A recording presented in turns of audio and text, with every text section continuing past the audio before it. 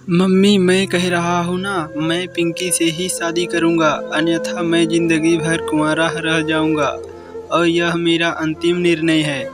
अब इस विषय पर मैं आपसे आगे बहस नहीं करूँगा। तब मोहन की मम्मी मनोज जी ने कहा, बेटा तू समझता क्यों नहीं है? हमने तेरे सामने पिंकी की जन्म कुंडली पंडित जी को दिखाई थी ना, और उन्होंने पिंकी की कुंडली में मांगलिक दोष बताया है। अब तू बता, सब कुछ पता होते हुए हम तेरी शादी एक मांगलिक लड़की से कैसे कर दे? तू जानता नहीं कि मांगलिक दोष वाले की जीवन साथी की मौत जल्दी हो जाया करती है। इसलिए तुझे मैं समझा रही हूँ, तू भूल जा पिंकी को। मनोज जी ने मोहन को बहुत समझाया, पर मोहन का कहना था कि जब मैंने पिंकी से प्यार किया था तब मैंने उसके साथ प्यार करते हुए जन्म कुंडली का मिलान नहीं किया था, न ही मैं इन मिलानों को मानता हूँ। इसलिए अब बस मैं शादी करूँगा तो सिर्फ पिंकी से, और यह मेरा आखिरी फैसला है। आखिर मनोज जी को अपने बेटे की जिद के आगे झुकना पड़ा और पंडित जी के द्वारा बताए गए अनुसार पिंकी के मंगल दोष को दूर करने के लिए मोहन के साथ शादी करने से पहले पिंकी की शादी एक पेड़ के साथ कराई गई और उसके बाद पिंकी ने मोहन से शादी करी। पिंकी दुल्हन बनकर मोहन के घर आई, पर मनोज जी को पिंकी का मांगलिक होना अभी भी खटक रहा था और मनोज जी उसे दिल से नहीं अपना पा रही थी, और घर में कुछ भी परेशानी आती तो उसका दोष पिंकी को ही दिया जाता। लेकिन पिंकी पढ़ी लिखी संस्कारी लड़की थी और वह अपनी सासू माँ से मिले इन बेवजह आरोपों को अपने दिल से नहीं निकालती थी, और ऐसे ही ससुराल में उसके दिन कट रहे थे। एक दिन मोहन ऑफिस से जल्दी घर आ जाता है। तब मनोज जी ने उससे पूछा, बेटा आज जल्दी कैसे आ गया? तब उसने बताया, माँ आज सुबह से ही सिर दर्द और बहुत कमजोरी आ रही है, इसलिए ऑफिस में काम करने की हिम्मत ही नहीं आ रही मेरी। तब मनोज जी ने कहा, चल बेटा जल्दी कर, हमें डॉक्टर के पास चलना चाहिए। तब मोहन और मनोज जी डॉक्टर को दिखाने गए। डॉक्टर को दिखाने के बाद मालूम पड़ा कि मोहन को पीलिया हो गया है, और दोनों जैसे ही घर लौटे मनोज जी ने घर को सिर पर उठा लिया और कहने लगी, जब से यह लड़की हमारे घर में आई है तब से हमारे घर में परेशानी और बीमारियां भी साथ लेकर आई है। इसके कदम ही अशुभ है। अब देखो, इसका मांगलिक दोष हमारे बेटे पर भी असर करने लग गया है। कल को अगर मेरी बेटी को कुछ हो गया तो कौन जिम्मेदार होगा? तभी पिंकी ने कहा, मम्मी जी प्लीज, और कितना नीचा दिखाएगी मुझे?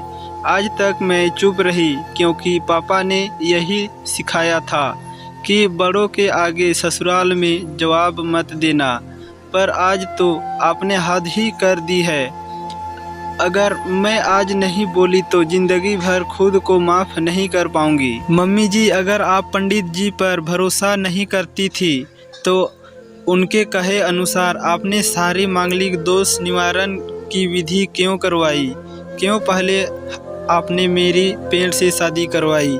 दोष मेरा मांगलिक होना नहीं है, बल्कि दोष तो मेरा आपकी बहू होना है, क्योंकि घर में जाने अनजाने में कुछ भी परेशानी आती है उसको आप मुझसे जोड़ देती है। और जब कोई सास अपनी बहू से सिर्फ नफरत कर रही होती है तब यह बहू दोष बेटे बहू को नहीं, पूरे परिवार को परेशानी में डाल देता है। और इस बहू दोष से मुक्त भी सिर्फ सास ही दिला सकती है। बहू को अपनी बहू मानने, उसे दिल से अपनाए, उसे भी सम्मान दे और यह महसूस कराए कि वह भी इस परिवार का सदस्य है। नहीं तो बहू दोष मांगलिक दोष से भी ज़्यादा पीड़ादायक हो जाता है। पिंकी की कही हुई बातें मनोज जी के दिल को झकझोर रही थी और उन्हें मन ही मन पश्चाताप भी हो रहा था। उस समय उन्होंने पिंकी को कुछ भी नहीं कहा। थोड़े दिन बाद मोहन बिल्कुल ठीक हो गया और ऑफिस जाने लगा, और 1 महीने बाद मोहन की सैलरी भी बढ़ गई। तब उसने घर आकर उसका श्रेय पिंकी को दिया, तो मनोज जी बोला, हाँ सही है बेटा, तू तो सारा श्रेय बहू को ही देगा। तेरी माँ का आशीर्वाद भी तो तेरी प्रगति के पीछे रहता है। तेरे साथ तू तो मुझे श्रेय देना भूल ही गया। तब मोहन ने कहा, माँ इस बार पिंकी का मांगलिक दोष मुझ पर और नहीं मेरी तरक्की पर नहीं लगा। और माँ, जब हम बुरी परेशानियों का श्रेय पिंकी को देते हैं तो अच्छे कामों का श्रेय भी तो पिंकी को ही देना चाहिए। तो इसलिए आज का सारा पिंकी को जाता है, मोहन ने हंसते हुए कहा। तब पिंकी बोली, मोहन तो क्या तुम भी मुझे ऐसा समझते हो? तब मोहन ने कहा, नहीं पिंकी, बिल्कुल नहीं, बल्कि मैं तो माँ को यह समझाना चाह रहा हूँ कि सुख दुख हमारे जीवन का हिस्सा है और कभी जीवन में खुशियाँ आती है तो कभी गम भी आते हैं। इसके लिए हमें परिवार के सदस्य या अपनी बहू को दोष देना उचित नहीं है। तभी समाज बोली, बेटा सही कह रहा है तू, और तेरी तरक्की ही बहुत है।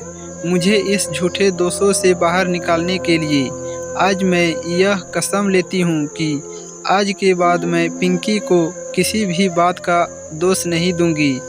आप यह सुनकर पिंकी आज बहुत खुश थी, क्योंकि आज उसको उनकी सास ने मांगलिक दोष के साथ साथ बहुत दोषों से भी मुक्त दे दी थी। तो दोस्तों, ये थी हमारी आज की कहानी। आपका क्या कहना है इस कहानी के बारे में? क्या ये कहानी सही है? कमेंट करके हमें ज़रूर बताइए। वीडियो को लाइक कर दीजिए और इसी तरह की कहानियाँ लगातार सुनने के लिए चैनल को सब्सक्राइब करके घंटी को दबाकर ऑल पर सेट कर लीजिए, ताकि हमारे आने वाले वीडियो का नोटिफिकेशन आपके पास तुरंत पहुँचे। तो दोस्तों, मिलता हूँ आपसे अगले वीडियो में, तब तक के लिए धन्यवाद।